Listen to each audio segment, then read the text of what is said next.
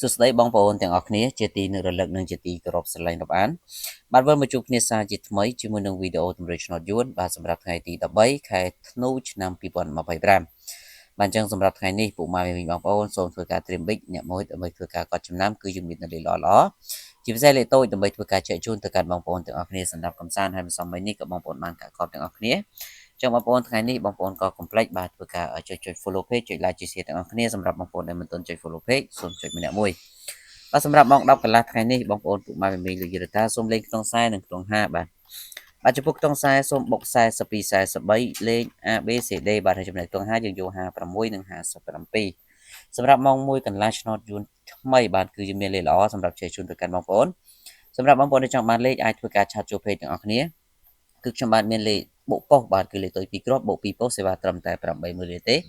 ចំពោះម៉ោង4កន្លះក៏ដូចគ្នាគឺមានលេខបុកប៉ុស2គ្រាប់គឺសេវា80000រៀលដូចគ្នាអញ្ចឹងបងប្អូនដែលចង់បានកុំភ្លេច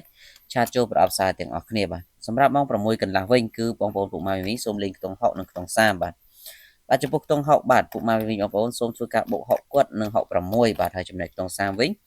សូមបងប្អូនលេង30ក្រាស់បាទគឺយើងបុក38 39 A B C D បាទអញ្ចឹងបងប្អូនពុកម៉ែមីងខ្ញុំបាទក៏មានតែប៉ុណ្្នឹងហើយសម្រាប់អ្នកដែលចង់បានលេខល្អៗកុំភ្លេចធ្វើការឆាតចូលប្រអប់សារទាំងអស់គ្នាបាទជូនពរសំណាងល្អទាំងអស់គ្នាសូមគោរពលា